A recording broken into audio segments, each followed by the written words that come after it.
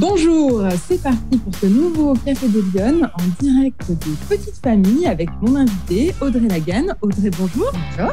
Vous êtes la cofondatrice d'un super projet qui vient de s'installer en plein cœur de la presqu'île lyonnaise qui s'appelle Les Petites Familles et dont la vocation est, en tous les cas, de ce que j'ai compris, moi, c'est de trouver des solutions pour faciliter la vie des parents. J'ai trouvé ça complètement incroyable. Vous allez nous expliquer le projet et j'ai eu envie de vous inviter pour que vous puissiez venir en parler avec les Lyonnes. Première question, j'ai envie de vous demander, Audrey, même si je connais la réponse, mais est-ce que vous êtes une femme engagée ? Oui, enfin je crois. En tout cas, j'ai la sensation d'être engagée. Peut-être déjà, qu'est-ce que c'est pour moi d'être engagée ? C'est surtout l'idée en fait de contribuer à quelque chose, d'essayer d'aider, de faire quelque chose d'utile pour les gens qui nous entourent ou pour la société. Donc, par ça, j'ai l'impression que ce soit d'un point de vue professionnel, par l'engagement qu'on a avec mon associé, à essayer de faciliter la vie des parents et un peu plus particulièrement des mamans, qu'elle arrive à gérer de front vie pro et vie perso. Ouais. J'ai la sensation d'être engagée. Également, peut-être par l'écosystème qu'on a créé autour des petites familles. Aujourd'hui, on a une vingtaine de partenaires qui sont autour de nous. On a également une équipe, on a des familles, on a des enfants, etc. Donc, par cela, oui, j'ai cette sensation d'être engagée. Après, je crois aussi que d'un point de vue personnel aussi, je me sens engagée, que ce soit au quotidien avec ma famille, mes amis, etc. Et alors, est-ce que vous pouvez nous expliquer un petit peu ce projet des petites familles ? Parce que peut-être que toutes les Lyonnes ne le connaissent pas encore. Qu'est-ce qu'il a de particulier, ce projet ? Qu'est-ce que vous avez voulu faire aboutir ? Alors, en fait, il y a à peu près 3 ans, mon associé et moi, on s'est retrouvés confrontés à une situation un peu particulière puisque on travaillait toutes les deux, on avait des postes qu'on adorait, mais ça a aussi coïncidé à l'époque où on a eu un 3e enfant. Et en fait, c'est devenu très compliqué de gérer de front vie pro et vie perso. Et en fait, on s'est dit, ça va pas, on va dans le mur, il faut trouver une solution. À l'époque, moi, j'avais pris la décision d'arrêter mon travail. Et je me suis dit, bah non, en fait, j'ai envie de travailler, c'est pas possible. On était en mars 2019 à l'époque. C'est pas possible. On doit pouvoir choisir de travailler ou pas travailler. Et donc, c'est comme ça qu'on est parti pendant un peu plus de 2 ans à la rencontre de parents, de mamans, mais aussi de professionnels de la petite enfance, de professionnels du soin, de professionnels de l'éducation. On s'est très vite rendu compte qu'aujourd'hui, un des premiers freins pour arriver à gérer de front vie pro, vie perso, tout particulièrement pour les femmes, c'était les modes de garde. Et le fait, la cruciale problématique de place qu'il y a aujourd'hui sur le marché, le fait que le mode de garde tel qu'il existait aujourd'hui n'était pas toujours parfaitement adapté aux besoins et aux attentes des parents qui bossaient et des mamans particulièrement qui bossaient. Donc, c'est comme ça qu'on en est venu à se dire, il faut qu'on essaie de créer une solution de garde qui va faciliter le quotidien des parents et plus particulièrement des mamans. Donc, qui soit un petit peu plus innovante que ce qu'on trouve actuellement, c'est ça, c'est-à-dire, voilà. Alors après, on n'a pas réinventé la poudre, ouais. On a juste essayé de se dire, il faut qu'on simplifie en réunissant tout au même endroit. Donc, c'est pour ça, là, vous êtes dans notre centre qui fait un peu plus de 360 mètres carrés et qui a la spécificité de regrouper à la fois un service de garde pour les enfants non scolarisés, donc de 0 à 3 ans, sous forme d'une micro-crèche classique, à la fois un système de garde périscolaire pour les enfants de 3 à 10 ans, donc pour les enfants scolarisés, où en fait, on a un principe de partenariat avec des écoles autour de nous. On va chercher les enfants à l'école et on les ramène au centre. Après, on leur fait faire leurs devoirs, il y a tout un principe d'activité, etc. Et ça permet comme ça aux parents de plus avoir à courir de la crèche à la garderie, de plus avoir à trouver de solutions de jonction entre les deux, ce qui est souvent un point de crispation. Oui, on passe notre temps à courir, en fait. Exactement. Aller chercher les enfants, pas rater l'heure de sortie des écoles. Enfin, c'est toujours un énorme stress, tout ça, de concilier. Exactement. Et d'ailleurs, c'est un chiffre qui nous avait impressionné quand on a commencé à travailler sur le sujet avec Aurélie, mon associée, c'est que statistiquement, d'après l'INSEE, le jour où on devient parent, notre temps de transport quotidien est multiplié par 2,4. Donc, cette sensation de courir en permanence après le temps, elle est vraiment vraie. Elle est fondée. Elle est factuelle. D'accord. Donc voilà, donc on regroupe un service pour les enfants non scolarisés, un service pour les enfants scolarisés, donc en péri et en extrascolaire pendant les vacances aussi. Et on a également agrégé une offre de produits et de services qu'on a appelé facilitateurs de vie, où on propose aux parents, via il y a un espace famille qu'ils ont sur Internet, de pouvoir commander leur panier de légumes, leur pain, leurs couches, etc., etc., les produits du quotidien dont ils ont besoin pour toujours essayer de leur faire gagner du temps. Alors, donc, ça fonctionne comment? Je dépose mon bébé à la crèche le matin et le soir, je le récupère et je récupère en même temps les courses, le pressing, ce genre de choses? Pas non plus le pressing, parce qu'il y a une histoire de place quand même aussi. Mais aujourd'hui, on a une offre qui va du panier de légumes au pain, en passant par les couches, les petits pots. On a mis en place tout un système de partenariat avec plusieurs marques aujourd'hui, beaucoup de partenariats avec des commerçants du quartier et qui nous permettent aujourd'hui de donner la possibilité aux parents de récupérer ces produits du quotidien, entre guillemets. Et ça reste accessible? Enfin, je veux dire, je me dis spontanément, agréger des services supplémentaires, ça a sans doute des coûts supplémentaires. Comment vous faites pour que tout fonctionne? J'imagine qu'il y a une économie globale à trouver. Alors aujourd'hui, on est vraiment sur une logique de partenariat de quartier. Donc finalement, on travaille vraiment avec la boulangerie du coin. D'accord. On travaille on est en partenariat avec une petite librairie enfant qui vient aussi faire des activités pour les enfants les mercredis et certains soirs. Donc on est vraiment sur une proximité qui fait que c'est assez simple. Les parents commandent sur Internet via la plateforme qu'on a développée.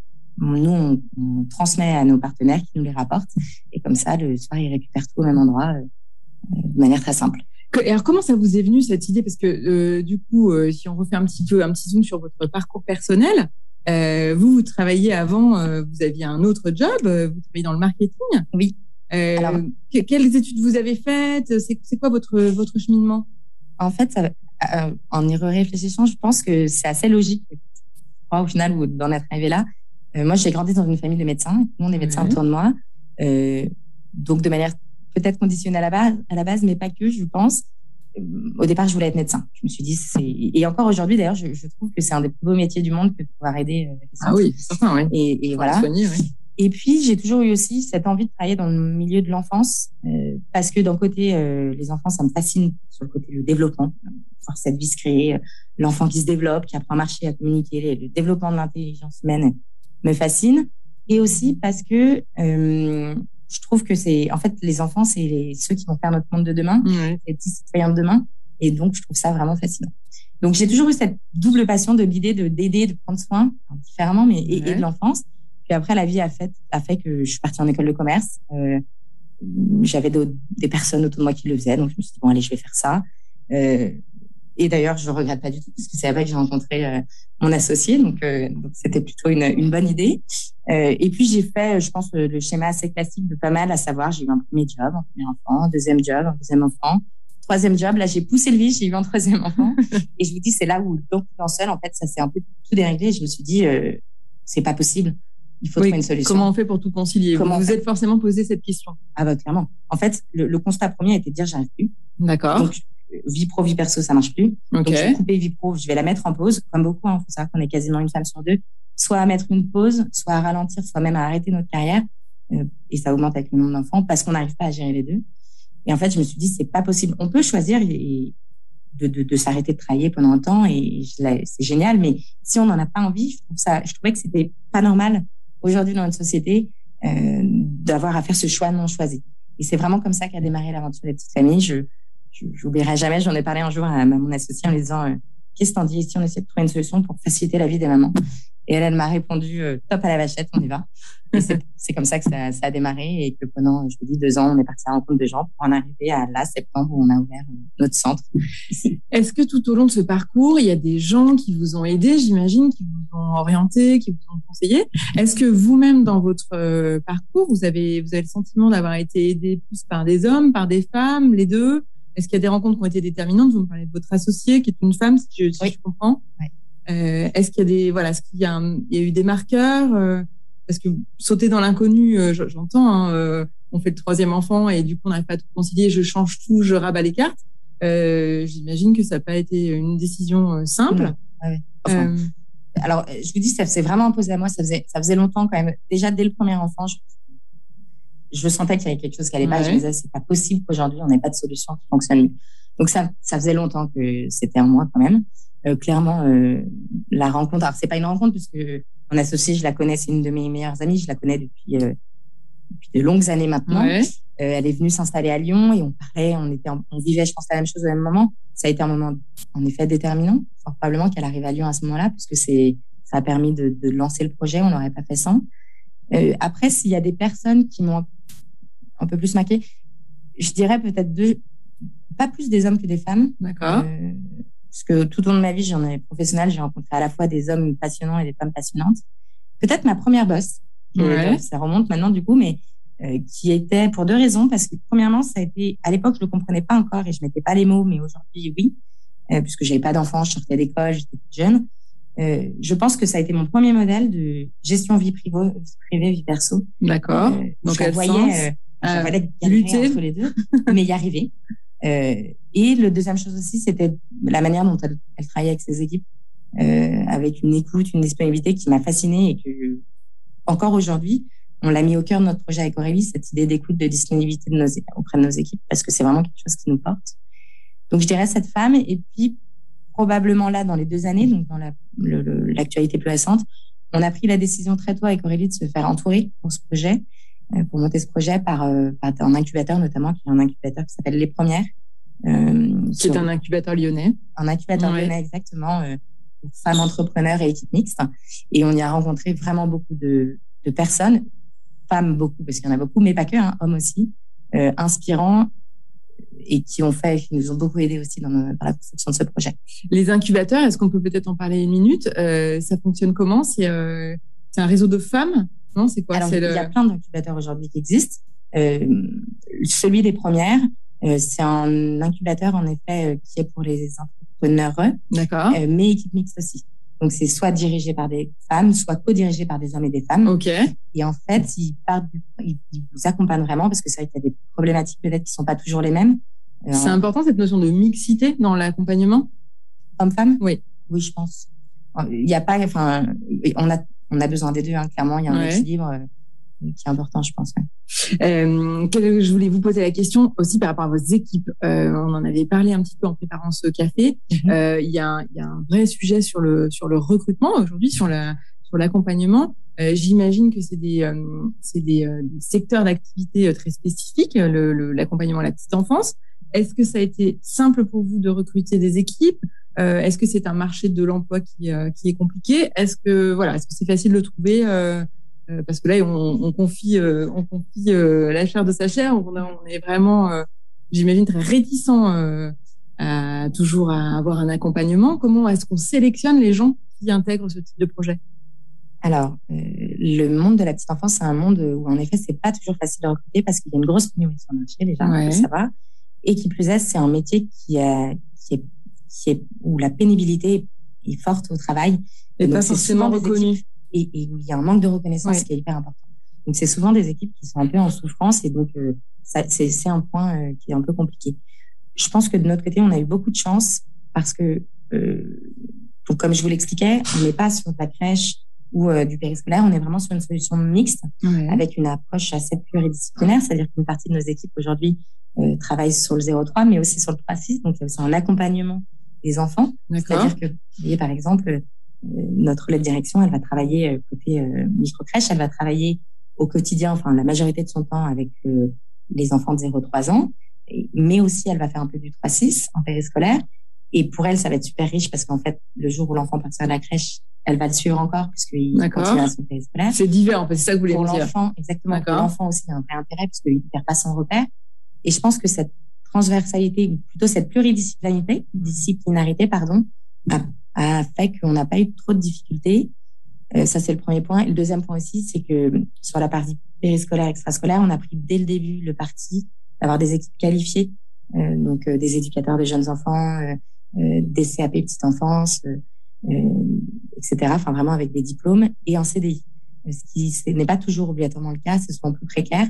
Et je pense aussi que ça a été quelque chose qui nous a aidé à recruter. Et voilà. Et puis on a eu la chance d'avoir une super directrice qui nous a aidé aussi à recruter. Donc aujourd'hui, ça n'a pas été un souci. On a eu de la chance là-dessus. Ça correspond à quoi aujourd'hui une journée type d'Audrey Lagan, cofondatrice des petites familles? Je ne sais pas s'il y a vraiment une journée type. Ça, c'est un point aussi qui diffère le jour où on devient entrepreneur. Je crois qu'il n'y a pas de journée type. On n'a pas une qui se ressemble. Il y a des jours où on passe toute notre journée ici parce qu'il va y avoir besoin de prêter main forte sur un sujet. Il y a des jours où on va être en rendez-vous avec nos partenaires toute la journée. Il y a des jours où on va courir à droite à gauche. Donc, je crois qu'il n'y a pas de journée type. Et est-ce que ça a été un parcours du combattant à ouvrir ces petites familles ou est-ce que finalement, une fois qu'on a trouvé le mode d'emploi, on le déroule et Alors, ça a été plus de 2 ans et demi de boulot, clairement. D'accord. Aujourd'hui, il y a une spécificité qui est assez forte, c'est qu'on dépend de 2 ministères différents.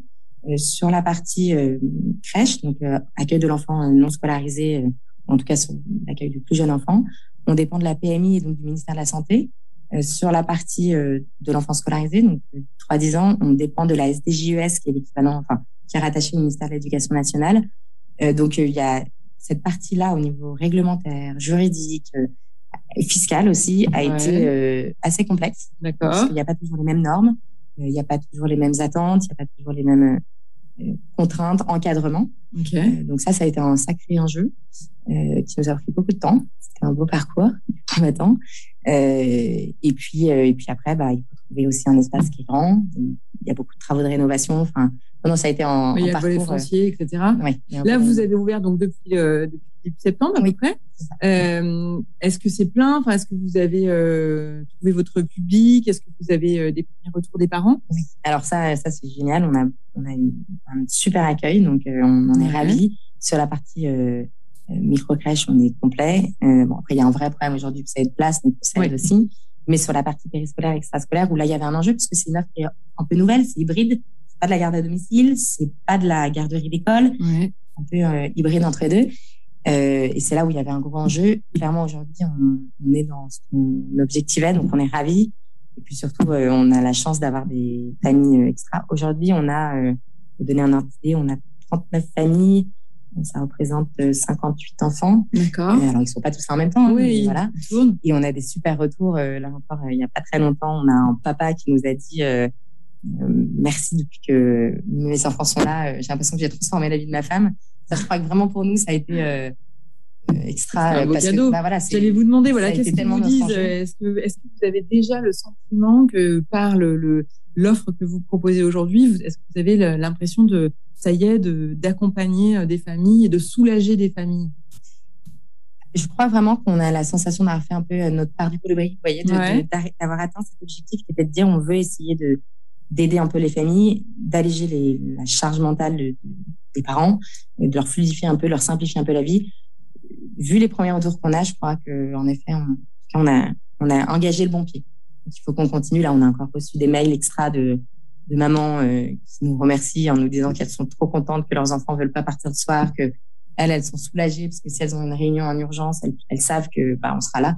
On a une amplitude horaire qui est assez large. On ferme à 19h30. Ça veut pas dire qu'on incite les parents à laisser leurs enfants jusqu'à 19h30, mais que si un jour vous avez une urgence et que vous pouvez pas arriver à 18h30, vous inquiétez pas.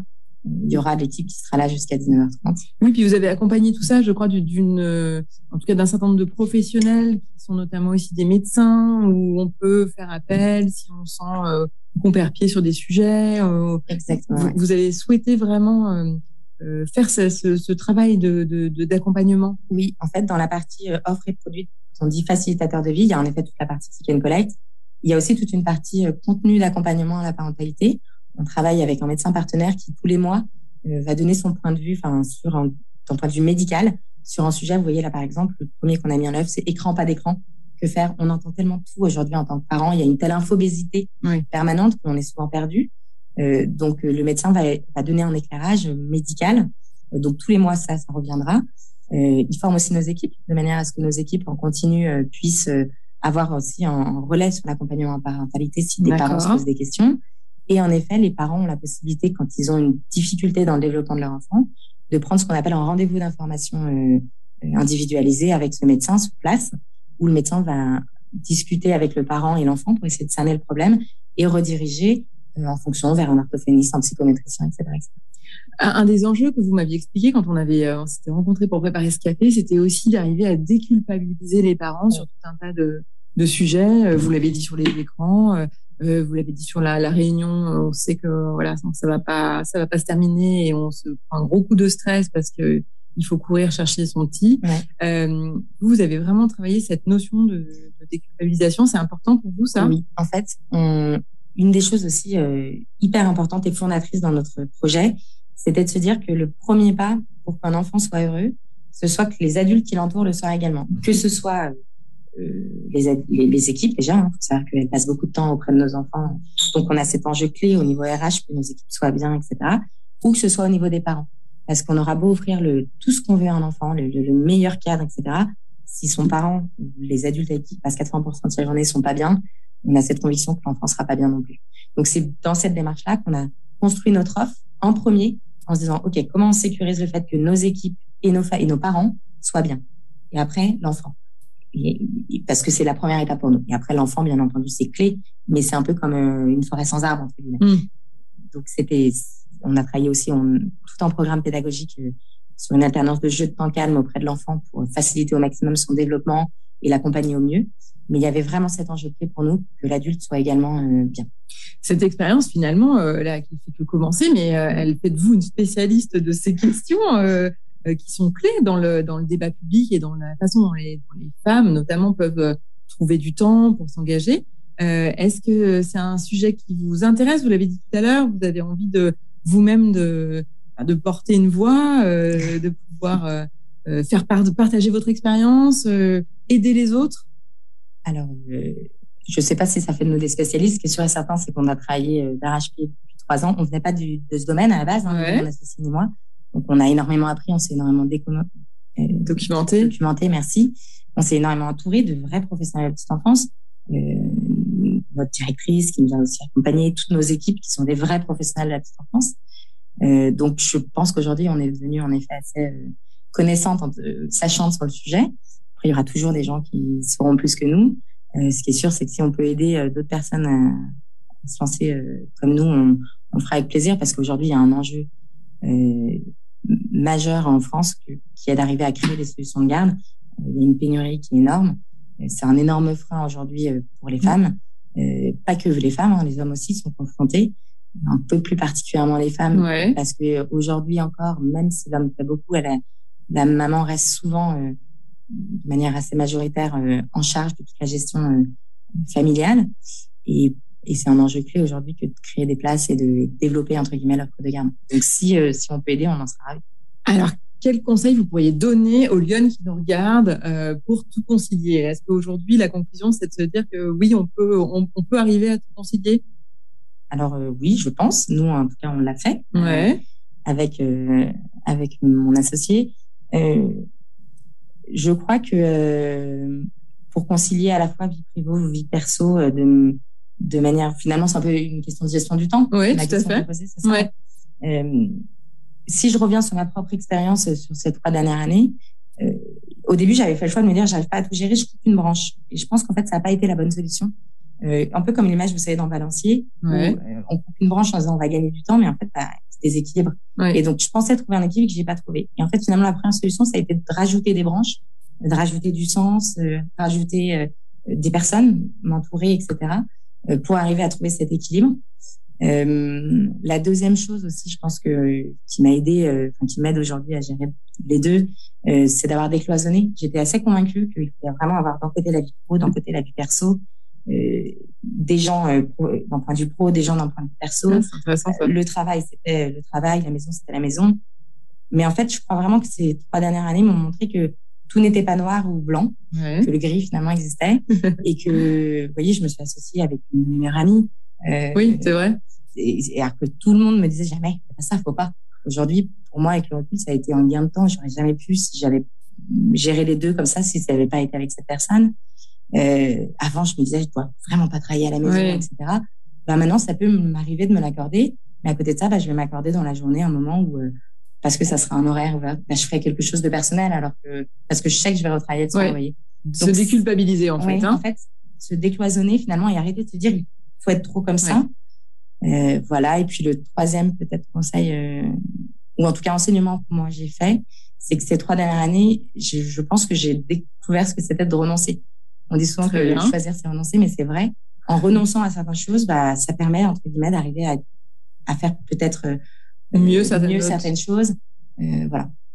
Et alors dernière question pour clore ce café. Si vous aviez une feuille blanche, quelles mesures vous souhaiteriez prendre pour permettre cet engagement des femmes dans le débat public? Est-ce qu'il y a une mesure que vous pourriez avoir envie de mettre en place? Si j'avais un coup de baguette magique, clairement, ce serait de créer plein de solutions de garde pour pouvoir accueillir les enfants, parce que aujourd'hui, c'est un des premiers freins à l'engagement des femmes. Donc, ça serait ça. Après, de manière un peu plus concrète, peut-être tout ce qui est alors, spécifiquement lié à notre domaine, de la petite enfance, l'harmonisation de tout ce qui est fiscalité. D'accord. Pour la petite enfance, que ce soit au niveau entreprise ou particulier, ou que ce soit au niveau du 0,3, du 3,6 ou du 7,10 ans. Oui, fiscalité et législation, d'une manière générale. Voilà, c'est exactement. Parce que c'est vrai qu'aujourd'hui, en fonction qu'on soit entreprise, qu'on soit particulier, qu'on ait 0,3 ans, 0,6 ans plutôt. Oui, la question de l'accueil d'un enfant avec porteur d'un handicap, etc. C'est que des choses qui rajoutent. Voilà, il y a pas mal de, voilà, je pense que ça sera un vrai point, mais je crois que le gouvernement travaille activement sur le sujet, mais il y a, voilà, à mon avis, il y a vraiment la complexité, d'harmoniser et de simplifier, voilà. Ok, super. Voilà. Audrey, merci beaucoup d'avoir pris le temps ce matin de nous vous. accueillir. On est retourné en enfance, c'est très calme, étonnamment, mais les petits peut-être dorment. Non, je pense qu'ils doivent être en activité. On ne les entend pas, en tous les cas. C'était un très beau moment. Je vous remercie et j'invite nos lionnes qui nous suivent à vous retrouver sur le site internet des petites familles. C'est lespetitesfamilles.com lespetitesfamilles.fr. Voilà. À retrouver dans le centre-ville de Lyon. Voilà, merci beaucoup de nous avoir suivis et on vous donne rendez-vous pour la semaine prochaine, un nouveau café. Merci, bonne semaine à tous.